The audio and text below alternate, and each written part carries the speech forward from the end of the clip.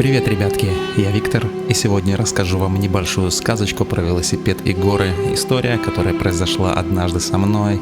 Во всяком случае, мне так показалось.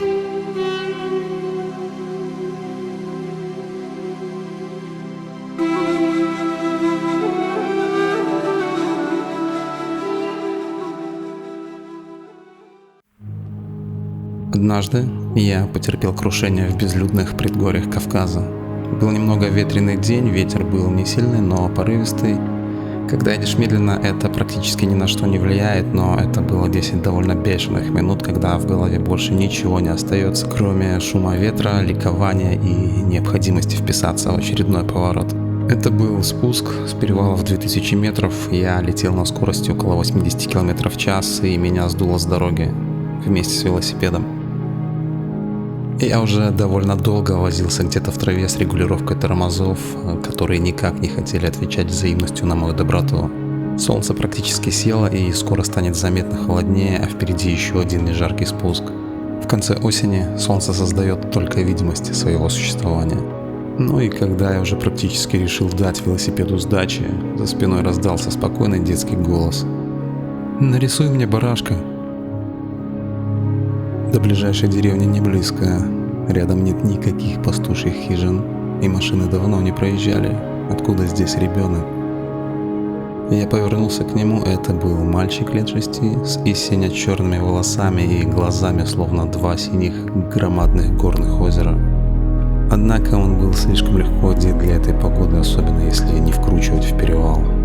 Просто шорты и рубашка с коротким рукавом, на спине у него был рюкзак, и из него торчало что-то яркое. Это была роза. Да, это была роза с большим оранжевым бутоном.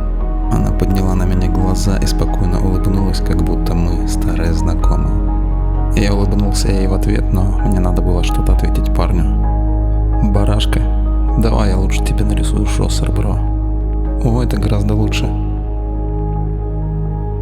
Мне надо было бы отрегулировать велосипед и убираться отсюда. Как бы я не любил эти спуски и серпантины, но через полчаса здесь станет довольно жестко и темно. Я потратил на рисунок минут 15, он все это время рассматривал мой велосипед. Отдал ему шедевр, его глаза открылись еще больше. «Свой шоссер, ура!» «Не слишком ярко». «А разве бывает слишком?» «Ты откуда, парень?» «А нарисуй мне еще, пожалуйста, шлем для розы». Я нарисовал ему шлем для розы. Когда отдавал рисунок, роза даже слегка кивнула своей оранжевой головой.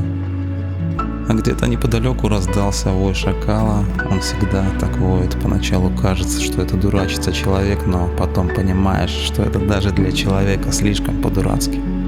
Я отвлекся на этот звук немного, попытался разглядеть в сумерках стаю или одиночку, но ничего не нашел.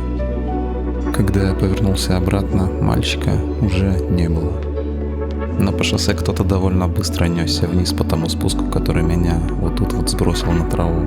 На ультрамариновом шоссере с оранжевыми колесами. Тут я подумал, что цвет рамы как раз похож на его глаза, а цвет колес на его розу. Я, правда, совсем не нарисовал ему заднего фонарика, но надеюсь, он успеет добраться до темноты.